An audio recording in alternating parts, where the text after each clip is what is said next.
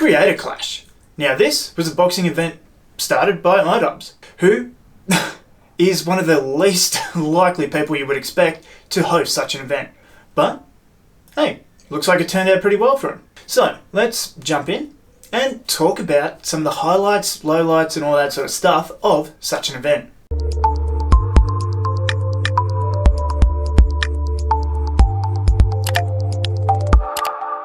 So, the Creator Clash. This was an event, once again, as I said, started by iDubbbz, who apparently got the idea from Sam Hyde, or Sam Hyde's claiming that whole thing from their old video and stuff, and features a lot of people that I'm a fan of. I'm a fan of that sick, twisted sort of humour that these guys portray and pull off and all sorts of stuff like that. So you had a whole bunch of creators that haven't actually been in this field before, in the fitness, lifestyle, looking shredded, blah, blah, blah, tough guy sort of thing.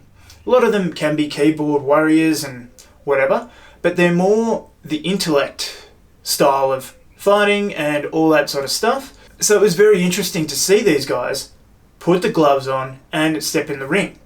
And step in the ring without any sort of beef with any of their opponents. So you had a whole host of different people. So you had Harley from Epic Mealtime, Aaron from Game Grumps, iDubbbz, Dr. Mike, who's a doctor, Michael Reeves, who's a nerd, versus Stephen Kesting, who's a finance nerd, and the list goes on. Super Mega in there as well. So it was great to see these guys put the gloves on for a variety of reasons. So number one, first off, it takes huge guts to even just think about stepping in the ring, doing this, taking hits.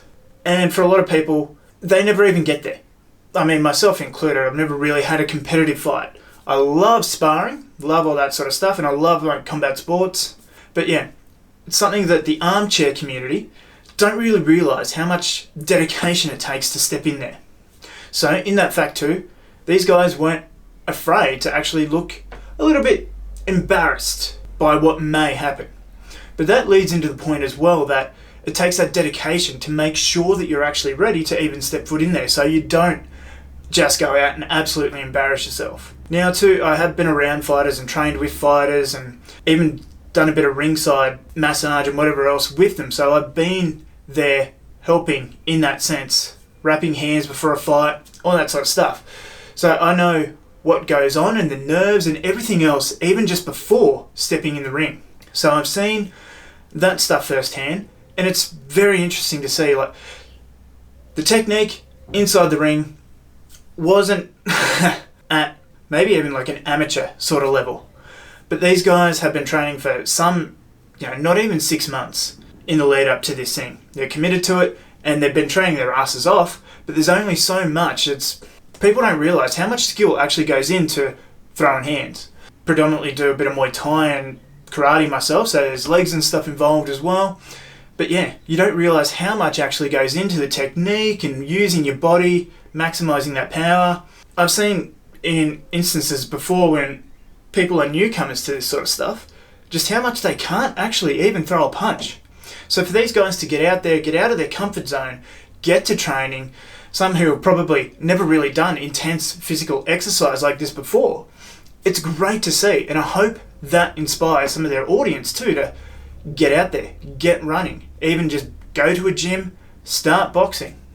I mean, if Creator Clash 2 ever happens, I'd really want this channel to get up there and, hey, I am throwing my hat in the ring. I'll get some revenge for Aaron.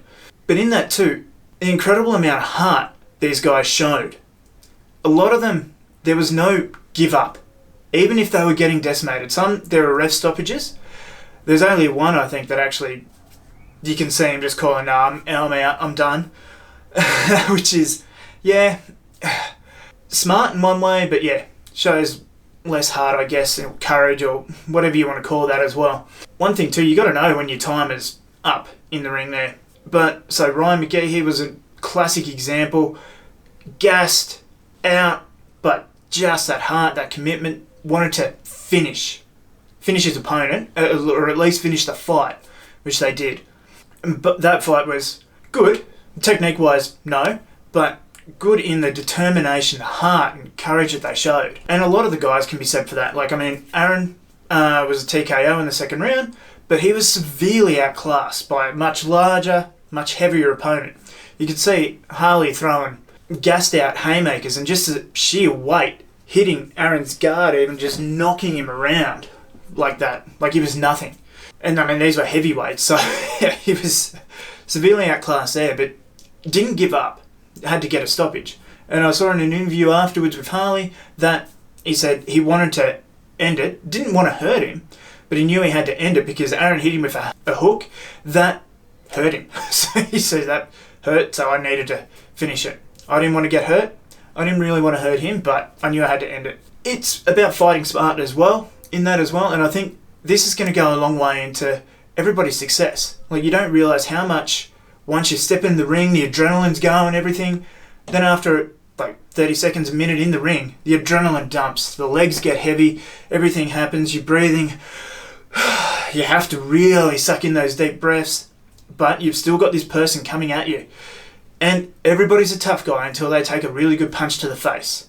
I've seen that happen so many times. Everybody's talking big, like you've got the press conference before him, or everybody's shaping up and yeah, I'm going to fold you in half like a deck chair or whatever, I'm going to end you like a telephone call or whatever the trash talk is. Those parts I hate. I absolutely cringe at all that garbage that goes on beforehand, because I'm not like that. I'm non-confrontational until it actually comes time to do something about the situation. And I think technique far outshines words.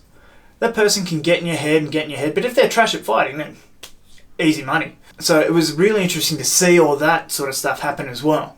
Now, I mean, the UFC guys, they can talk trash all day because they actually had the skills. They do this for a living. They get in there and they back it up. Like, they get punched in the head just about every single day, probably. From their sparring partners, their training partners, they're out there, they're doing it, they've proved their worth already before they do those press conferences.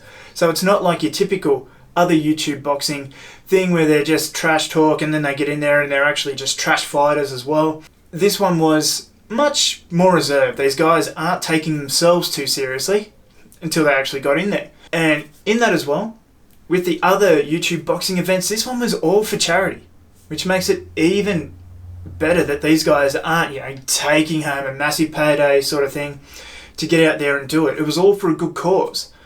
I don't quite agree with the sponsorship for it. Yeah, that was a little bit, okay, sure, whatever, whoever's going to sponsor the event. But then too, like, how can you say that you're not going to have this guy who might be an absolute wild card at the event, blah, blah, blah, he's not brand friendly, and then have that? But all full credit to them. It was a great event, and I'm happy they managed to pull it off in such a great fashion. But it takes home that lesson. It's good for the sport. It's good to see people out there not performing at an elite level, who are getting gassed, who aren't able to monitor themselves or haven't been in that situation before, get out there, give it a go on a grand scale. And hopefully it takes their fans and imprints that in their brain a little bit that, hey, if they can do it and they're not afraid to look like that out there, maybe I should inquire about doing a little bit of this stuff myself, improving myself. And that was one of the other things. A lot of these guys were just doing it for themselves. Like, I know Harley, not happy with his weight, not happy with himself, because he's got videos out there explaining about all this sort of stuff that was going on inside his head. So he wanted to do this. He's getting older. Wanted to do this for himself, to prove to himself that he could come back, could look after himself and maintain that for however long it was he was training and get there. And a lot of these guys were like that as well. It was about that self-improvement part as well, which is a huge part with any combat sports. You have to be in fine form to be able to do this, to even able to take shots. You need that fitness. But anyway, guys, that's my thoughts on the Creator Clash. All up, I thought it was a good event. I don't think anybody's going to take away from that and think, oh yeah, punching people outside the ring is cool. All up, very positive event, very positive promotion for charity as well. The only negatives I'd say were, for me, the time zone. I got it completely wrong. I thought it was going to be on Monday morning when I was going to be at work, but in fact it was sometime during Sunday, which I absolutely got completely wrong. So I managed to miss out on it. I had full intentions of paying for it, so I just got some YouTube clips of it. I haven't been able to watch every fight yet, just due to time, and I've been working and whatever else, but the ones I have seen, pretty good. Great camera skills, like, it was a professionally run event. Not at the scheme of some of the other YouTube boxing events, but I mean, they were just there to make and pull in heaps of money for the actual fighters. Like, some of the take-home stuff for them was absolute phenomenal, and just goes to show you the actual aspect of who those people are, as well as, like, compared to this group. But anyway, guys, that's it for this one. What were your thoughts on the Creator Clash? What did you like? What did you dislike? Who would you like to see in the second round? In the second event? Leave your comments down below. And always remember to like, share, comment, subscribe on this video, and I'll see you in the next one.